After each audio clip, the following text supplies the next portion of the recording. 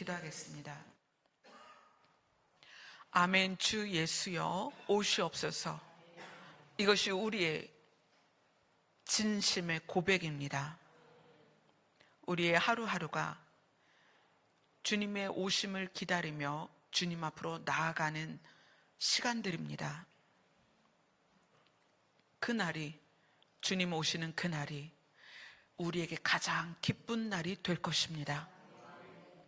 주님 오실 때 우리가 주님 품에 안기게 될 것입니다. 이 세상을 지나오던 우리의 눈물과 고통과 외로움과 연약함을 그때 주님의 품 안에서 다 녹여주시옵소서. 예수님 이름으로 기도드리옵나이다. 아멘. 오늘 말씀은 시편 119편 89절부터 96절까지입니다.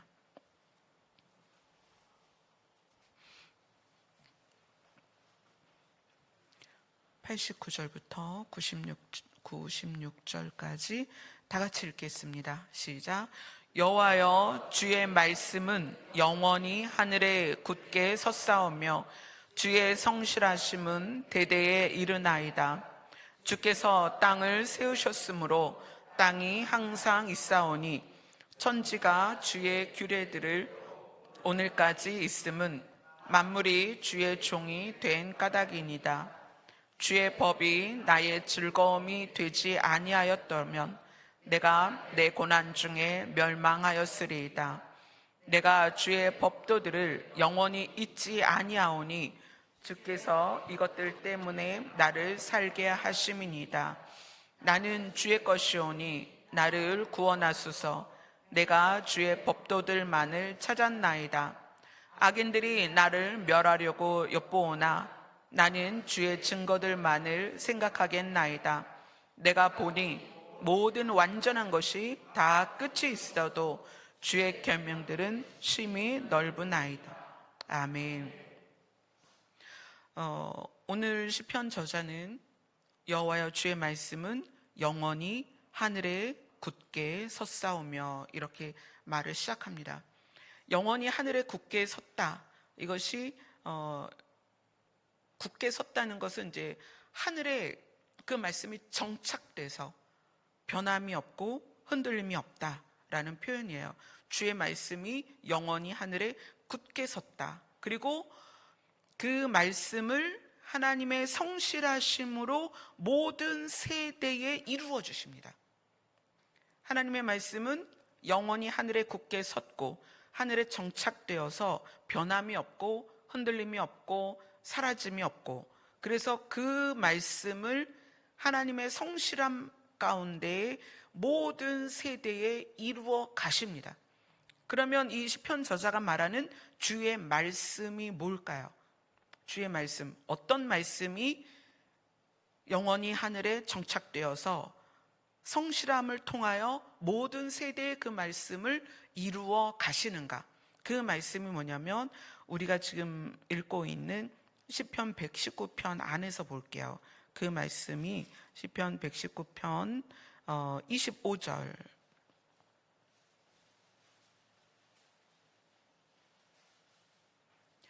25절 같이 읽습니다. 시작.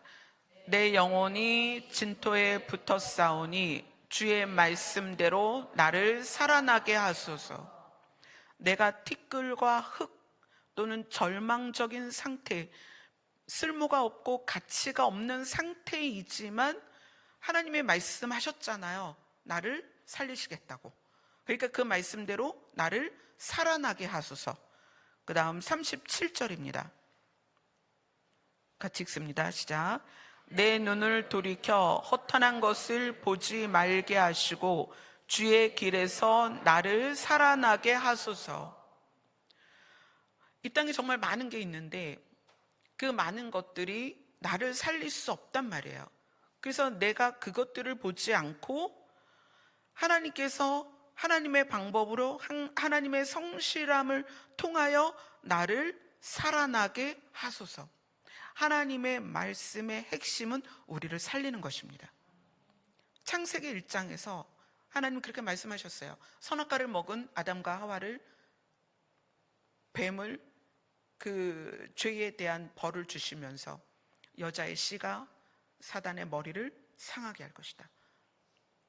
그것이 우리를 살아나게 할 것이다. 그 이야기거든요. 그리고 119편 41절입니다. 같이 읽습니다. 시작. 여호와여, 주의 말씀대로 주의 인자하심과 주의 구원을 내게 임하게 하소서. 하나님이 말씀하셨잖아요. 나를 구원하시기로. 그런데 그것이 무엇을 기반으로? 주의 인자하심을 통하여서. 내가 뭘 잘해서, 내가 무엇을 열심히 해서가 아니라 하나님의 성품 때문에 우리를 구원하십니다. 우리를 사랑하시기 때문에. 자, 그 다음 88절입니다. 88절 시작.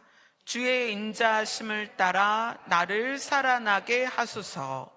그리하시면 주의 입의 교훈들을 내가 지키리이다. 주의 인자하심을 따라, 내 행위를 따라가 아니에요. 내가 무엇을 해냄을 인하여도 아닙니다. 주의 인자하심을 따라 나를 살아나게 하소서. 그리고 94절입니다. 시작. 나는 주의 것이오니 나를 구원하소서. 내가 주의 법도들만을 찾았나이다. 이 시편 119편 저자는 하나님의 말씀, 규례, 법도, 율례, 이 모든 것의 핵심이 뭐냐면 주의 인자하심을 따라 나를 살리는 것이라는 걸 알았던 거예요. 내 행위를 따라가 아니라 주의 인자하심을 따라 나를 구원하시고 주의 인자하심을 따라 나를 살리시는 것이 모든 말씀의 핵심이다. 이걸 알았던 거예요. 그래서 이 119편이 모든 성경 중에 가장 길어요. 이 가장 긴 말씀의 모든 구절마다 3구절 정도 빼고는 말씀, 규례, 법도, 율례 이런 말씀이 계속 들어가요. 근데 그것이 우리의 행위를 교정시키는 말씀이 아니라 그 말씀의 핵심이 뭐다? 법도의 핵심, 규례의 핵심, 율례의 핵심. 그 핵심이 뭐다? 하나님의 인자하심을 따라 나를 살리는 것이다. 하나님의 인자하심을 따라 나를 구원하는 것이다.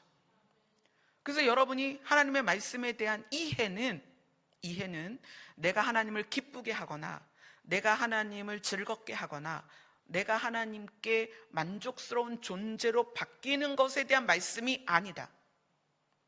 이 성경 말씀의 핵심은 하나님의 인자하심을 따라서 나를 구원하시고 하나님의 인자하심에 의하여 나를 살리시는 것이다. 그거를 우리가 기본적인 말씀의 이해를 가지고 성경을 봐야만 성경의 그 스토리에 하나님의 마음이 어떻게 녹아져 있는지가 이해가 되는 거예요. 주의 말씀은 영원히 하늘에 굳게 섰사오며, 이거는 이제 이사야서에는 그렇게 말씀하죠. 꽃은 시들고 풀은 마르고 그러나 우리 하나님의 말씀은 어떻다? 영원히 서 있을 것이다. 그리고 예수님도 그렇게 말씀하시죠. 천지가 사라져도 내 말씀은 영원할 것이다. 예수님이 그렇게 말씀을 하셨어요. 그러니까 하나님이 자기의 성품을 따라서 우리를 살리고자 하는 그 뜻은 절대로 변함이 없다. 아멘. 그것이 오늘 이 119편, 시편 전체에 녹아있는 핵심이라는 거예요. 그래서 이거를 붙들고 있기 때문에 오늘 시편 저자가 내가 말씀을 붙들지 않았더라면, 내가 말씀을 즐거워하지 않았다면 나는 내 고난 중에 멸망하였으리이다. 이렇게 표현하는 거예요. 고난이라는 거는 굉장히 다양한 이유 때문에 옵니다. 내가 선택을 잘못했을 수도 있고, 또 나는 그런 의도가 없었지만 상대가 나를 해하려고 만드는 고난일 수도 있고, 그렇죠? 욥처럼 사단이 하나님께 허락을 받고 우리에게 행하는 고난일 수도 있어요. 근데 어떤 이유든 간에 우리에게 고난이 오면 굉장히 힘들어요. 일단 고난은 나에게 고통이기 때문에 힘들단 말이에요. 근데 그러한 힘듦 가운데 이 시편 저자는 92절에 보니까 주의 법이 나의 즐거움이 되었다 이렇게 했어요. 주의 법이 나의 즐거움이 되지 아니하였더라면 내가 고난 중에 멸망하였을 것이다. 내가 고통 중에 그 고난을 감내할 수 있었던 것은 주의 법이 나의 즐거움이었다. 근데 주의 법의 핵심이 뭐다? 여호와의 인자하심을 따라 나를 살리실 것이며 주의 인자하심을 통하여 나를 구원하실 것이다. 이것의 그 핵심을 알았기 때문에 고난을 자기가 지나왔다는 거예요. 그 시편 저자가 이렇게 말합니다. 95절을 같이 읽습니다. 시작. 악인들이 나를 멸하려고 엿보오나 나는 주의 증거들만을 생각하겠나이다. 악인들이 이건 이제 사악한 자들이에요. 사악하다는 것은 악한 생각을, 악한 일을 꾸며내는 사람들이에요. 그런 사람들이 나를 멸하려고 노려보고 기회를 엿보고 또 그런 사악한 행동을 통하여 나를 죽이려고 하는데 나는 하나님의 증거들만을, 하나님의 말씀들만을 깊이 생각하겠습니다. 이런 고백이에요. 자, 창세기 그 사악한 자들이나 악인들이 나를 멸하는 방법, 나를 어떻게 멸하는가를 여러분이 아셔야 됩니다. 자, 우선 창세기 1장으로 갑니다. 창세기 1장 31절.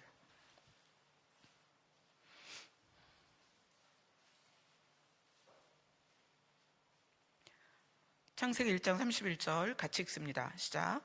하나님이 지으신 그 모든 것을 보시니 보시기에 심히 좋았더라. 아침이 되니 여섯째 날이니라. 하나님께서 모든 만물, 천지와 만물을 다 이루신 게 여섯째 날입니다. 근데 그 여섯째 날에 하나님이 지으신 그 모든 것을 보시니 보시기에 심히 좋았더라. 근데 그 심히 좋았더라라고 고백하시는 하나님이 보신 거는 뭐냐면 하나님이 만들어 놓으신 그 만물의 자체예요. 만물 자체. 그러니까 사람으로 말하면 존재 자체. 하나님은 당신이 종류대로 만드신 그 존재의 자체를 기뻐하셨다. 근데 이 개념이 우리에게는 별로 없어요. 손상됐어요. 이게 왜 이 하나님이 창조의 모습 그대로 그 존재만으로도 하나님은 우리를 사랑하셨고 만물을 사랑하셨는데 우리는 왜 존재만으로도 사랑하는 그 사랑이 훼손됐느냐? 그것이 사악한 자들이 꾸며낸 일 때문이에요. 사악한 자들이 어떻게 사단이죠. 결국은 옛뱀, 사단이 우리의 심리를 조종했다는 거예요. 조정과 조종이 있죠. 조정은 바르게 이렇게 만드는 거예요. 바른 위치로. 조종은 조종하는 주체가 조종을 당하는 객체를 내가 원하는 대로 움직이는 거예요. 근데 우리는 태어났을 때, 아담과 하와도 마찬가지예요. 태어났을 때 하나님의 개념에는 우리의 모습 존재만으로 심히 보시기에 좋은 사람들이에요. 다 생김새가 다르고 발달된 부분들이 다르고 발달하는 과정도 다 다르죠. 근데 하나님은 이렇게 말씀하세요. 내가 귀히 쓸 그릇과 천이 쓸 그릇을 만들 수 있지 않겠니? 왜? 내가 토기장이니까. 근데 그 구절을 보면 우리는 그 구절을 보면서 아니 선하신 하나님이 어떻게 자기를 토기장이로 비유하고 귀히 쓰는 것과 천이 쓰는 것이라고 구별을 할까? 그러면 나는 그럼 천이 쓰는 그릇이야? 우리는 여기에 어떤 개념이 있냐면 우열의 개념이 있어요. 좋은 것, 우성과 열성이라는 거예요. 좋은 것과 나쁜 것이라는 개념이 있어요. 자, 제가 질문을 할게요. 사장이 있고요. 근로자가 있어요. 누가 약자예요? 누가 약자예요? 근로자가 약자죠? 이게 잘못됐다는 거예요. 우리는 사장과 근로자가 있으면 근로자가 약자라고 생각해요. 페미가 왜 생겼어요? 남자와 여자가 있으면 여자가 약자라고 생각하는 거예요. 그래서 페미가 생기는 거예요. 공산주의는 어떤 한 부분을 약자라고 생각해서 강자를 쓰러뜨려야 평등해진다고 생각한 거예요. 그래서 노사 분규가 있고, 그죠? 중국이나 북한이나 또 6.25 전쟁 때도 공산주의자들은 땅을 가진 토지주나 사장이나 많이 배운 사람들을 다 죽여서 없애야 된다고 생각했어요. 왜 그렇죠? 그 개념이 우열을 생각했기 때문이에요. 그런데 사장하고 직원은 강자와 약자의 역할이 아니에요. 포지션이 그게 아니라는 거예요. 한 사람은 회사를 창립해서 회사를 키워내고, 한 사람은 자기가 할 수 있는 일을 그 안에서 맡아서 하는 거예요. 근데 우리의 개념은 우열에 있단 말이에요. 학생 인권 조례가 왜 나왔죠? 선생님과 학생을 누구를 약자로 본 거예요? 학생을 약자로 본 거예요. 과연 그럴까요? 학생이 약자인가요? 아니에요. 역할이 다른 거예요. 가르치는 사람과 배우는 사람이에요. 이거 굉장히 중요한 우리의 그 잘못된 개념을 여러분이 생각하셔야 돼요. 이게 개념이 잘못됐기 때문에 보는 시각이 바뀌었다는 거예요. 그래서 학생의 인권을 존중해야 됩니다. 학생의 인권을 존중하지 말자는 얘기가 아니에요.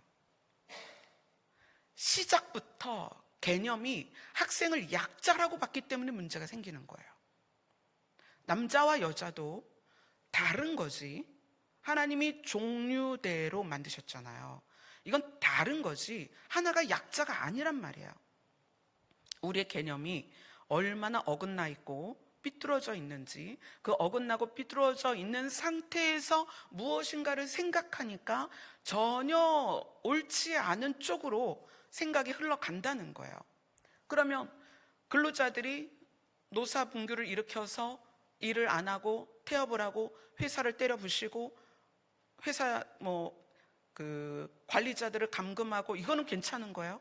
아니잖아요. 근데 이것을 약자가 그랬으니까 괜찮다라고 생각해요. 우리 사고방식 안에 굉장히 많은 것들이 오류가 있어요. 그래서 아까 말한 토기장이가 귀히 쓸 그릇과 천이 쓸 그릇을 만들 수 있는 거 아니냐, 토기장이 마음인데, 이 이야기는 뭐냐면 어떤 그릇은 보석을 담는 보석함이 될 수 있고 어떤 그릇은 그냥 흙을 담는 토기가 될 수도 있다. 이건 뭐죠? 어떤 개념이냐면 하나님은 신이시기 때문에 종류대로 만드신다는 거예요. 우열의 느낌이 아니라는 거야. 근데 우리는 그 구절을 보면서 이미 우열의 개념이 있기 때문에 우열로 보는 거예요. 그래서 하나님, 그럼 저는 천이 쓰는 그릇인가요? 하나님, 저는 아무것도 못하고 있는데, 저는 교회에서 사역도 못하고 있는데 저는 천이 쓰는 그릇인가요? 아니에요. 하나님은 필요에 따라 종류대로 사람을 찌신다는 거예요. 이건 우열의 개념이 아니에요. 그래서 초대교회에서 서로 이제 재산을 다 내놓고 어떻게 나눴어요? 필요에 따라 나눴어요. 이거 굉장히 중요한 개념이에요. 이거는 하나님이 우리를 보시기에 심히 좋았더라, 어떤 상태를 존재만으로도 좋았더라라는 개념이 없으면 우리는 필요에 따라 나누는 걸 절대 못합니다. 왜 그럴까요? 제가 예를 들어서 집사님 50만 원, 집사님은 100만 원 이렇게 했어요. 그럼 이것이 나중에 뭐가 되죠? 문제가 돼요. 왜 이분은 50만 원이고 왜 이분은 100만 원이에요? 목사님이 편애하나 보다. 또는 불공평이라고 얘기를 해요. 교회에서 누군가를 도울 때 어떻게 돕냐면 필요에 따라 돕습니다. 이것은 사랑의 크기가 아니에요. 관심의 크기도 아닙니다. 그에게 어떤 필요가 있냐에 따라서 필요에 따라 돕는 거예요. 이것이 우리에게는 잘못된 개념으로서 우열이 들어와 있다는 거예요. 좋은 것과 나쁜 것. 그 개념이 언제 들어왔느냐? 언제? 창세기 3장으로 갑니다.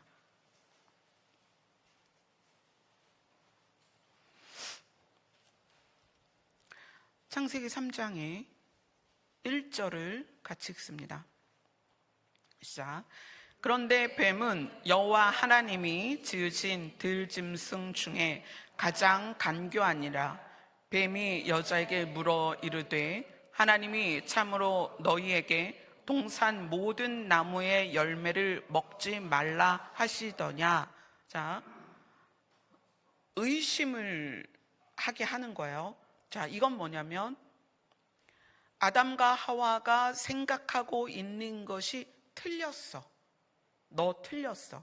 자, 지금 사탄이 사람의 마음을 조종하는 거야. 심리를 조종하는 거예요.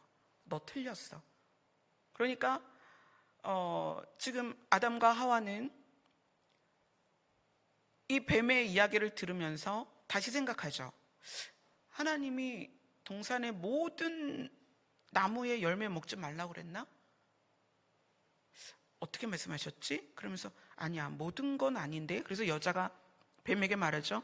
동산나무의 열매를 우리가 먹을 수는 있어. 그런데 동산 중앙에 있는 나무의 열매는 하나님이 말씀하시기를 먹지도 만지지도 말라고 했어.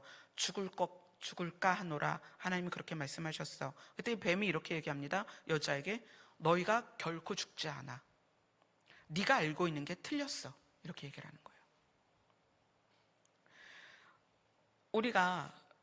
우리가 가지고 있는 심리 중에 내가 틀렸다라는, 그래서 이것이 사람과 사람 사이의 관계 안에서도 자기를 그대로 드러내지 못하게 하는 심리이기도 하고, 이것이 정말 중요한 거는 하나님 앞에 나가질 못해요. 내가 틀렸다라는 그 사단의 심리 조종에 우리가 말려들어서 내가 틀렸다라는 생각을 굉장히 많이 가져요. 내가 틀렸기 때문에 하나님이 나를 사랑하시지 않을 것 같다는 그런 심리를 너무 많이 갖고 있죠. 그래서 이 사탄이 그 다음에 이렇게 얘기합니다. 너희가 그것을 먹는 날에는 너희 눈이 밝아져서 하나님같이 되어서 선악을 알 줄을 하나님이 아시는 거야.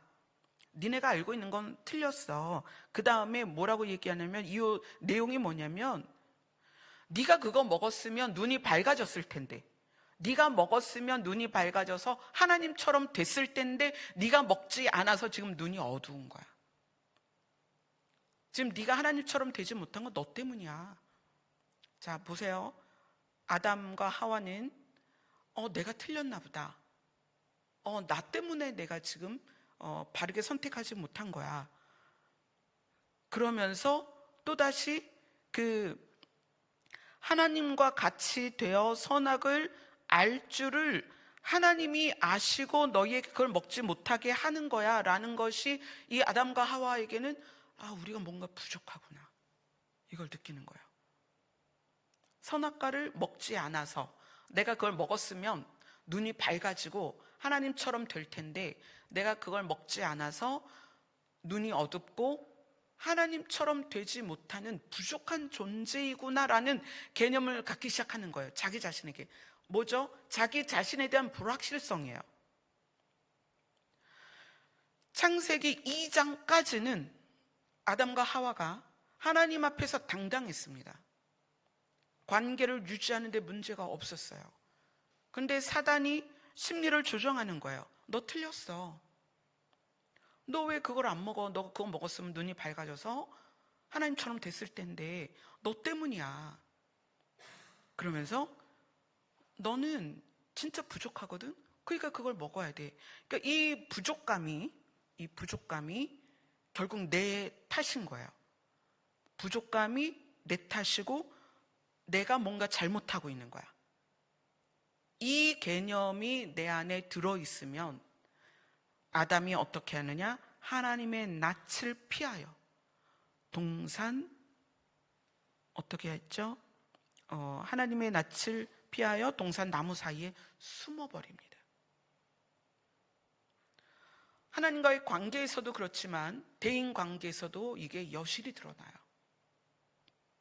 자신이 없고 두렵고 나는 부족하고 모든 게 다 나 때문인 것 같고 뭔가 일이 안 되면 나 때문인 것 같고 그래서 사람을 피하고 숨고 우리는 하나님 보시기에 본질로서 이미 완벽하고 아름다운데도 자기 자신을 의심하기 시작한 거예요. 천이 쓸 그릇, 귀하게 쓸 그릇은 사용의 내용, 사용처, 사용하는 내용에 대한 이야기지 우열이 아니란 말이에요. 근데 그렇게 해석을 해놨기 때문에 우리가 볼 때 하나님이 사람을 우열을 가린다라고 생각하는 거예요. 이것이 우리 안에 들어와서 나에 대한 확신이 없고 내 존재에 대하여 부족하다고 느끼고 내 존재가 늘 틀렸을 거라는 가정하에 생각을 하다 보니까 대인 관계도 힘들고 더군다나 하나님 앞에는 나가지 못한다는 거예요. 이게 사단이 우리를 어떻게 하기 위해서? 멸하기 위해서 우리를 죽이려고 우리의 심리를 조종하고 있다는 거예요. 그래서 예수님이 성경을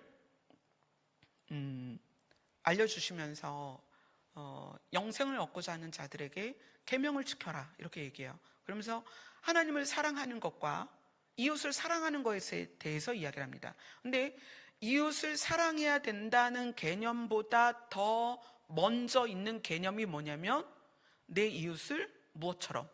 내 몸처럼 사랑해라 이렇게 얘기해요. 이건 무슨 얘기냐?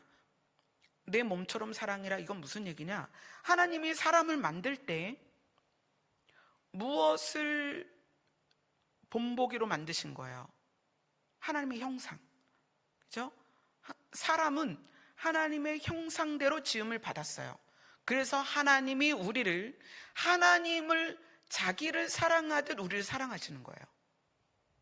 왜? 우리가 하나님의 형상대로 지음 받았기 때문에 모든 만물, 천지와 만물이 다 이루어진 그 여섯째 날에 하나님이 보시기에 심히 좋았는데 그 모든 만물 중에 유일하게 사람만 신의 형상을 따라 만들어졌단 말이에요. 그래서 신의 형상을 따라 만들어진 사람에게 만물을 다스려라, 정복해라, 충만해라 말씀하시는 거예요. 우리는 왜 그럴까요? 하나님의 형상을 따라 만들어졌기 때문에. 하나님은 왜 우리를 사랑하실까요? 하나님 자신과 똑같기 때문에. 그냥 자기 자신이란 말이에요. 분신이야. 그래서 우리를 사랑하시는 거예요. 그 예로서 아담에게서 하와를 만들어냈어요. 아담이 눈 떠보니까 하와가 서 있는 거야.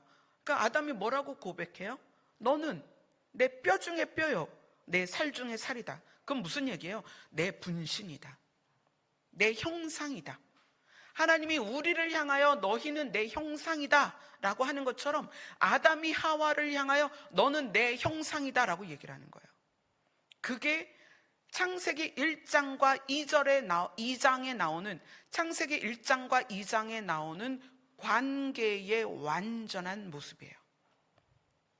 모든 관계의 완전한 모습보다 상대를 나에게서 나온 나의 형상으로 또는 내 분신으로 나로 생각하는 거예요. 그 다음에 내 몸처럼 나를 사랑하는 것 같이 그를 사랑한다는 건 뭐냐면 하나님이 자기의 형상대로 지어진 사람을 보면서 그들에 대하여 심히 보시기에 좋았습니다. 창조된 모습 그대로. 그가 뭘 잘해서가 아니라, 아담은 하와가 나타났을 때 하와의 창조된 모습 그대로를 내 뼈 중에 뼈요 살 중에 살이라고 받아들였습니다. 너무 좋아했어요. 그런데 창세기 3장에 들어가면서 사람들은 관계에 금이 갑니다. 분리되고 고립되기 시작해요. 뭐 때문에? 사단이 우리의 심리를 조종한 거예요. 내가 틀렸고, 그리고 나 때문에 문제가 많고 나는 정말 부족해. 이러한 개념들이 자꾸 하나님과의 관계도 고립되는 관계가 되고, 사람과 사람 사이에서도 위축되고 고립이 된다는 거예요. 이것이 해결되지 않으면 내가 하나님을 사랑하는 것도 힘들고, 하나님은 나를 사랑하시는데, 오늘 시편 119편 말씀의 핵심이 뭐다? 하나님의 인자하심을 따라 우리를 살리시는 것과 하나님의 인자하심을 따라 우리를 구원하시는 거예요. 근데 이게 안 믿어지는 거예요. 나는 성경도 많이 못 읽고, 교회 다닌 지도 얼마 안 됐고, 봉사도 많이 못하고, 헌금도 못하고, 성경도 못 외우고, 이런데 하나님이 나를 사랑할 수 있을까? 이것이 훼손된 심리로 하나님을 바라보는 거예요. 그래서 우리는 우리가 가지고 있는 심리가 얼마나 왜곡되어 있고 존재만으로도 사랑하는 힘이 없는지를 알아야 됩니다. 그 부분에 대해서 하나님 앞에서 씨름을 해야 돼요. 하나님, 나의 관점이 존재만으로도 사랑할 수 있게 해주세요. 근데 우리 부모로부터도 그게 경험이 되어지지 않았기 때문에, 그러니까 부모들의 요구, 자녀들에게 하는 요구가 뭐예요? 좋은 대학 가야 돼.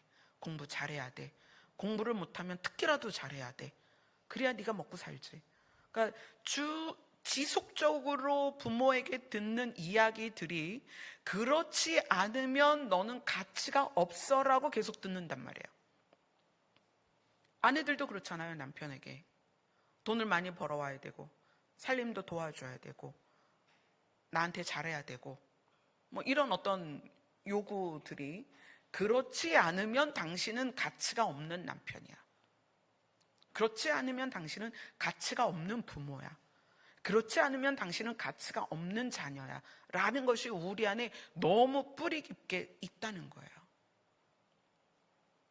이게 바뀌지 않으면 우리가 하나님을 사랑하는 것에 대해서, 그러니까 하나님의 사랑을 받아들이기가 어렵고, 첫째는 내가 하나님 앞에 나아가기가 어렵고, 그 다음에 내 이웃을 내 몸처럼 사랑하라는 것이 실현되기가 어렵다는 거예요. 첫 번째 단계는 나 자신의 존재만으로도 내가 하나님께 얼마나 귀한 존재인가를 스스로 자기 자신에게 가르쳐야 돼요. 내가 어떠해야만 하나님이 나를 기뻐하시는 것이 아니라 내 존재만으로도 하나님이 나를 기뻐하신다. 그리고 그 상태로 사람을 봐야 됩니다. 이 사람이 어떠하든지, 그러니까 그런 개념을 가지고 있으면 사람들에게 너 이러해야 돼, 저러해야 돼, 이렇게 해야지, 저렇게 해야지, 이거 해야지, 저거 해야지, 너 그렇게 하면 어떻게, 너 그렇게 해갖고 되겠어? 이런 말을 안 하게 돼요. 그러면 이제 이런 반문이 생길 수 있잖아요. 교육도 해야 되고 훈육도 해야 되고 가르쳐야 되는데, 그럼 그걸 다 하지 말라는 거예요? 그게 아니라 우리 안에 상대를 존재만으로도 사랑하고 존재만으로도 귀하게 여기는 마음 안에서 나오는 훈육은 그 사람을 살아나게 합니다. 그게 말씀이에요.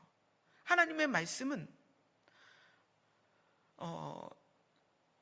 하나님의 성품에서부터 우리를 살리고자 하는 말씀이기 때문에, 이 말씀 때문에 우리가 살아나는 거예요. 우리 안에 그 마음을 가지고 사람을 대하는 것과 우리 마음에 그것이 없이 사람을 대하는 거에는 온도 차이가 있다는 거예요. 그걸 느껴요, 상대방이. 차가운 손이 되는 것과 따뜻한 손이 되는 것을 느낀다고요. 왜? 우리는 내 안에 영이 있기 때문에 그걸 느낄 수밖에 없어요. 우리 지금 막 이렇게 풍선 보이죠?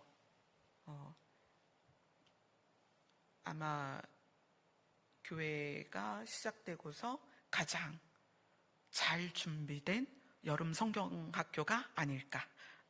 우리 최은하 전도사님을 구리에서부터 알고 지내면서 그때 제가 이제 마음으로 생각한 게 있었어요. 최은하 전도사님이 정식으로 우리 교회에 오시면 주일학교를 맡겨야 되겠다. 그래서 제가 그런 이야기도 하고 그러면서 우리 최은하 전도사님이 오시면 아마 주일학교를 정말 잘하실 것 같아. 근데 정말 얼마나 열심히 준비를 하셨는지 우리 주일학교에 배가 넘는 스텝을 다 동원해서 그 많은 스텝들을 다 동원해서 정말 그 프로그램을 잘 짜셨어요. 그래서 사실은 우리 스태프들이 더 즐겁게 아이들보다 저희들이 더 즐겁게 저는 아까 율동을 따라 하는데 예전에는 아이들 앞에서 율동을 했는데 눈으로는 율동이 보이는데 손이 안 가는 거예요. 손도 안 가고 다리도 안 가고 그래서 이미 동작이 바뀌었는데 저는 그 동작을 하고 있는 거예요. 한 2초, 3초 늦게. 그러니까 얼마나 버벅거리는지 버퍼링 걸린 것처럼 화면이 제 자신이 그러더라고요. 너무 감사하고 아이들과 함께 있는 시간이 너무 행복했어요. 근데 오늘을 위해서 어제 이제 아이들이 미리 도착한 아이들이 있었어요. 근데 슬범이라는 아이가 막 이제 뛰고 있었는데 동생 은범이가 오더니 목사님, 저희 형이 목사님한테 단독 상담을 하고 싶대요. 그래? 그러면 아마 내 기록에 최연소 개인 상담자가 될 것 같다. 그리고 슬범이를 불렀어요. 그래, 아무래도 너 이렇게 노는 거 보니까 8시는 돼야 상담을 할 수 있을 것 같아. 8시 되면 목사님 방으로 와. 그랬더니 네, 그러더니 8시에 올라왔어요. 8시에 올라와서 정말 난해하고 정말 심오한 질문을 속사포같이 쏟아내기 시작했어요. 목사님, 하나님은 선하신데 왜 사람들을 지옥에 보내나요? 여러분 생각해 보셨어요? 하나님은 선하시잖아요. 하나님이 선하신데 왜 사람들을 지옥에 보낼까요? 자기가 영화를 하나 봤는데 자기 가족을 살해한 살인범을 피해자의 가족이 끝에 그 용서하는 장면이 있대요. 그래서 살해한 살해범이 울면서 왜 당신이 나를 용서하느냐, 그걸 보고 너무 감동을 받았대요. 저렇게 용서를 해야 되는구나. 너무 멋있다. 근데 왜 하나님은 사람을 지옥에 보내냐, 그거예요. 그래서 이제 해답을 해줘야 되잖아요. 법이라는 게 있다. 법이 있는데 어떤 사람이 그 법을 어겼어. 그럼 그 법을 어긴 거에 의해서 감옥에 가거나 벌금을 낼 수가 있어. 근데 그 법을 어긴 것 때문에 벌금을 냈는데 우리가 너 돈 뺏겨서 너무 불쌍하다, 이럴 수는 없다. 규칙과 법은 지켜져야 된다. 그것처럼 하나님이 세운 법이 있다. 그랬더니 슬범이가, 그런데 왜 하나님은 지옥을 만드셨어요? 안 만들었으면 사람이 거기를 안 가잖아요. 하나님이 지옥을 만든 건 사람 때문에 만든 게 아니야. 누구 때문에? 타락한 천사 때문에 지옥을 만들어 놓은 거야. 그런데 타락한 천사가 지 혼자 가기 싫으니까 사람들을 끌어간 거야. 언제부터? 아담 때부터. 하나님과 오늘 말씀처럼 어떻게 했어요? 심리를 조종해서 하나님을 떠나게 한 거죠. 죄를 짓게 하고.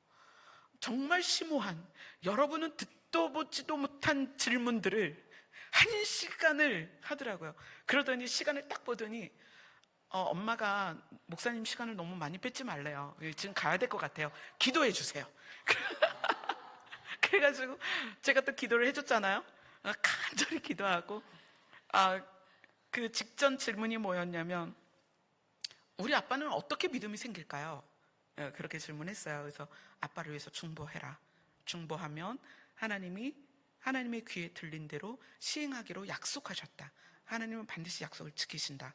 뭐 이제 그렇게 하고 이제 기도를 하고 끝냈어요. 근데 슬범이하고 이제 대화를 하는 중에 재은이가 문을 여는 거예요.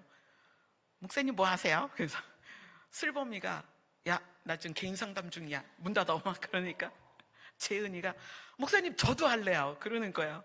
그래서 그래 너 기다렸다가 슬범이 끝나고 슬범이 내려가면 네가 올라와. 그랬더니 진짜 슬범이 나가자마자 칼같이 들어온 거예요. 목사님 할 말이 있어요. 그 이야기를 하기 시작하는 거예요. 이거는 가정의 내용이기 때문에 자세히 말할 수는 없어요. 내담자의 사생활을 보호해야 되기 때문에 자세히 말할 수 없어요. 그러나 재은이가 말하고자 하는 게 있어요. 뭐냐면 자기는 엄마를 이해한다. 자기는 엄마를 기다려준다. 이제 그 기다려준다는 거는 엄마가 힘들고 바쁘다 보면 화도 내고 소리도 지르는데 엄마가 꼭 그런대요. 미안해, 잘못했어. 그런대요. 그럼 자기는 그걸 다 이해한대요. 그래서 기다린대. 엄마의 조절 안 됨을 말해버렸네. 어떡해. 재은이 말이에요. 그게 엄마의 조절되지 않음을 자기는 이해를 한대요. 그래서 자기는 기다려준대. 근데 그 다음에 뭐라고 말하냐면 근데요 목사님 저도 조절이 안 될 때가 있어요. 저도 조절이 안 돼서 화를 낼 때가 있어요. 근데 우리 엄마는요 그걸 안 기다려줘요. 그 얘기를 하는 거예요. 그러면서 엄마의 조절되지 않음, 그거에 대해서 엄마가 그럴 수밖에 없다라는 이유를 다 얘기를 해줬어요. 근데 이 아이가 어리잖아요. 우리가 볼 때 맨날 고양이 머리띠 있죠. 고양이 귀 머리띠를 하고 씩 웃으면서 장난치면서 지나가는 어린아이 같지만 다 보고 있어요. 엄마를 이해하고 다 보고 있어요. 그래서 그거를 때로는 그렇게 얘기하는 거예요. 제가요 억울해서 막 울잖아요. 그럼 오빠가 위로를 해줘요. 막 그런 이야기를 하면서 자기의 사생활을 여과 없이 저한테 다 얘기를 해줬어요. 그래서 그 대화를 하면서 하나님이 우리에 대하여 제가 재은이 볼 때 너무나 예쁜 것처럼 우리에 대하여 그러하시겠구나. 우리가 좀 부족하고 연약하고 잘 모르고 철없는 것 같고 그쵸. 재은이는 딱 들어오면요 일단 교회 오면 일단 거길 와요. 문을 싹 열고 히히 그리고 한 바퀴 돌아요. 한 바퀴 돌면서 제 책상 위에 있는 사탕 하나 탁 들어요. 그리고 가요. 그리고 이제 한참 놀다가 또 사탕이 먹고 싶으면 문을 삐끔 열어요. 이 하고 한 바퀴 돌아요. 그 다음에 제 책상에서 사탕 하나 딱 주워요. 이렇게 짚고 이러고 가요. 그래서 제가 오빠도 갖다 줘야지. 그러면 그쵸? 그리고 와서 오빠 거 저기 슬범이도 있을 텐데 맞아 그죠? 그리고 슬범이 거 그래갖고 막 한 주먹씩 짚고 너무 기쁘게 나가요. 근데 그 아이를 여러분들하고 입장을 바꿔서 여기 계신 분 중에 누가 재은이처럼 할 수 있겠어요? 제 방에 똑똑똑하고 문을 딱 열더니 히 하고 들어와서 제 책상 한 바퀴 돌더니 우리 김경빈 권사님이 사탕 하나 딱 들고 이러고 갈 수 있겠어요? 못하죠. 우리는 못한단 말이에요. 근데 재은이는 그렇게 해요. 근데 그 모습이 사랑스러워요. 너무 사랑스러워요. 그래서 저는 아이들이 가져갈 사탕을 늘 준비해놔요. 제 책상에는 늘 사탕이 있어요. 그 아이들이 언제 오든지 그 사탕을 가져갈 수 있도록. 하나님이 우리에 대하여 그렇게 하나님의 책상 위에 사탕을 놓고 기다리세요. 그리고 하나님께 가면 슬그머니 하나님 사탕 2개만 가져갈게요. 그러면서 3개를 가져가도 하나님은 아시지만 그냥 예뻐하시는 거예요. 우리에 대하여. 그래서 우리에 대한 구원과 우리를 살리시는 것이 무엇을 근거로? 하나님의 인자하심을 근거로. 그게 은혜라는 거예요. 그래서 여러분들이 그 사단이 우리에게 심어준, 그렇게 해서 구원받겠어? 이런 개념. 그래서 휴거 되겠어? 이런 개념. 그래서 하나님이 너를 기뻐하시겠어? 이런 개념. 여러분 그거 갖지 마세요. 사단이 아담 때부터 우리에게 넣어준 잘못된 개념이에요. 그러면 생각해 보세요. 제가 재은이를 사랑하고 슬범이를 사랑해서 그 아이들을 마냥 사랑해 주는데, 그렇다면 그 마냥 사랑해 주는 그 사랑 때문에 아이들이 탈선하고 타락할까요? 저는 그렇지 않다고 생각해요. 누군가의 따뜻한 가슴이 그 아이들을 살려요. 하나님이 우리를 사랑한다는 걸 믿으면 우리가 타락할까요? 경거망동할까요? 우리가 나가서 죄를 지으며 당당할까요? 아니요. 하나님의 사랑을 느끼면 그럴 수 없다는 거예요. 그래서 하나님은 하나님의 구원의 근거로서 인자하심에 대한 이야기를 자꾸 하시는 거예요. 나의 인자함이, 나의 은혜가, 나의 성실함이 너희를 구원하는 거야. 그것이 너희를 살리는 거야. 그래서 구원에 대한 개념을 나로부터 시작하지 않기를 원하시는 거예요. 우리가 우리 아이들을 대할 때 아이들에게 이래야 돼 저래야 돼 이것이 온도를 수반하지 않으면 하지 말아야 돼요. 아이들은 그 말을 들으면 이래야 되고 이렇게 하지 않으면 나는 가치가 없구나라고 생각해요. 저는 이런 것을 몰랐어요. 몰라서 저도 아이들 키울 때 공부를 잘해야 된다고 생각하고 상장을 받을 만큼 어떤 실력들이 좋아야 된다고 생각했어요. 그래서 그것을 아이들에게 늘 이야기하고 선행학습이라고 그러잖아요. 그런 선행학습도 시키고 학원은 안 보냈지만 집에서 무언의 압력을 아이들한테 무섭게 꼭 읽어야 돼, 스티커 붙여 이런 식으로 그랬었어요. 지금 제가 20대로 돌아가서 우리 아이들의 엄마가 된다면 그렇게 안 할 것 같아요. 그냥 너로서 충분하다. 우리 그런 말 들어본 적 없죠? 네, 저도 그런 말 들어본 적 없어요. 누구도 저에게 너로서 충분하다는 말을 해준 적이 없어요. 우리는 그런 걸 받아본 적이 없어요. 그런데 하나님은 그렇게 말씀하시는 거예요. 그냥 너로서 충분해. 너를 구원하는 건, 너를 살리는 건 나의 은혜로 말미암는 거야. 나의 인자함을 말미암는 거야. 내가 너를 사랑하는 건 너로부터 이유가 생긴 게 아니야 라는 거죠. 이것이 알아져야, 이것이 내 마음 안에서 내 기준이 되어야 나를 사랑할 수 있고요, 내 이웃을 내 몸처럼 사랑할 수가 있어요. 아담이 하와를 보자마자 너는 내 뼈 중에 뼈요, 살 중에 살이다. 너는 나다. 하나님이 하나님의 형상을 따라 우리를 만들어 놓고 너희는 나다라고 말씀하셨는데, 아담도 하와를 보면서 너는 나다. 그래서 부모를 떠나 한 몸을 이룰 수 있는 하나가 된 거예요. 그런데 그것을 사단이 분리시킨 거죠. 마음을 조종해서 너 틀렸어. 넌 부족해. 너 그걸로 안 돼. 저는 아이들에 대하여 우리의 시각이 이제 바뀌어야 된다고 생각해요. 그냥 그 아이로 충분합니다. 그럼 그 아이가 폐인이 될 것 같죠? 아무것도 못할 것 같죠? 그 사랑이 그 아이를 살립니다. 그래서 그 아이는 세상이 감당할 수 없는 무엇이든 할 수 있는 아이가 되는 거예요. 저는 우리 교회 아이들이 그랬으면 좋겠어요.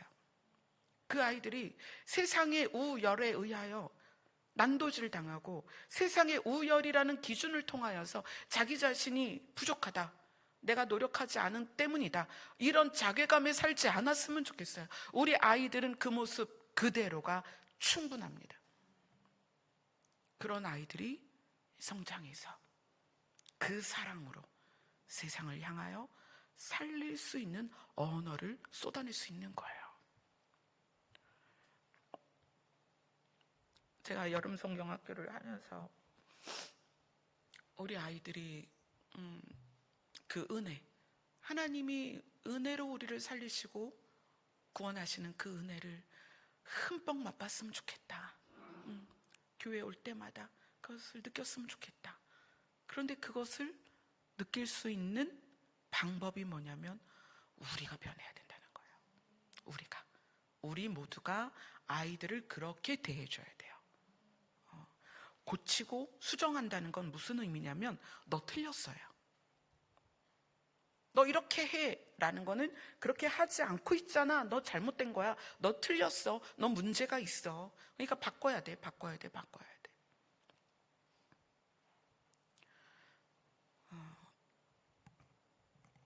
하나님이 우리를 우리의 존재만으로도 사랑하시는 그 사랑이 변함이 없습니다. 그래서 오늘 말씀이 시편 본문으로 돌아가면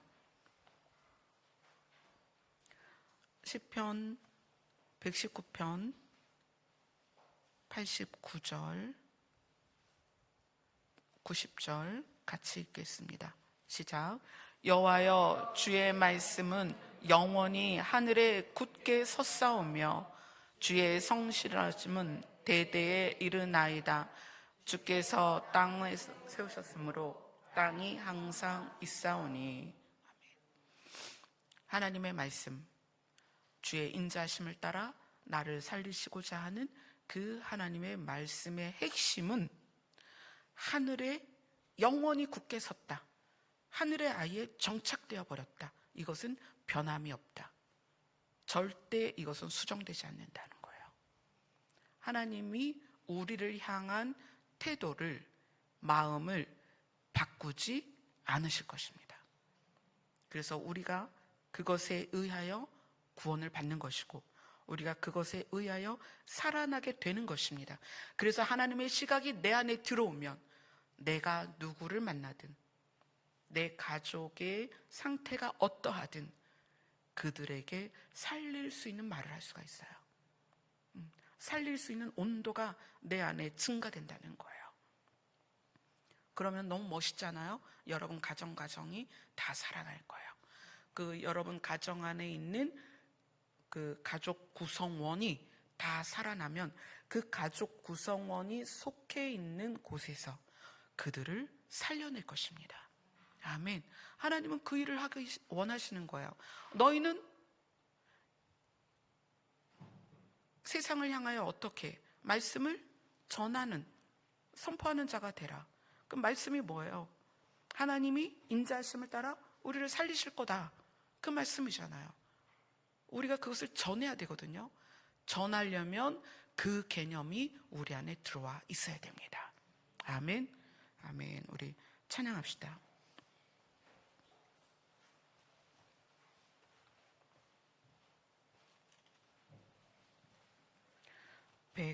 181장입니다.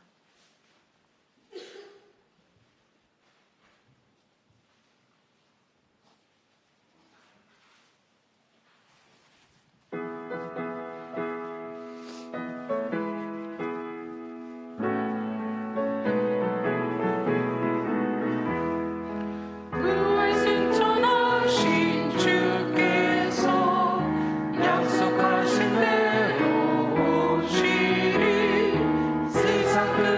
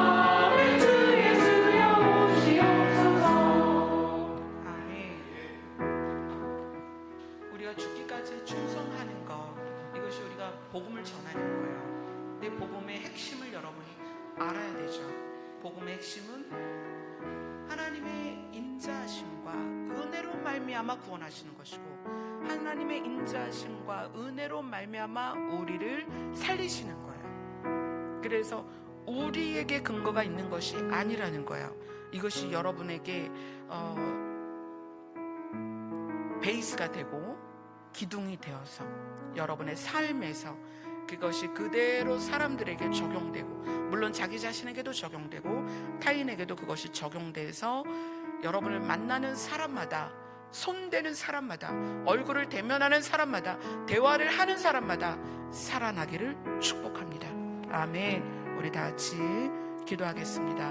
오늘은 11시까지 기도하고 마치겠습니다. 우리 선생님들이 내일하고 또 주일까지 계속 수고를 너무 많이 하셔야 되기 때문에 오늘은 11시까지 기도하고 마치도록 하겠습니다. 기도하겠습니다.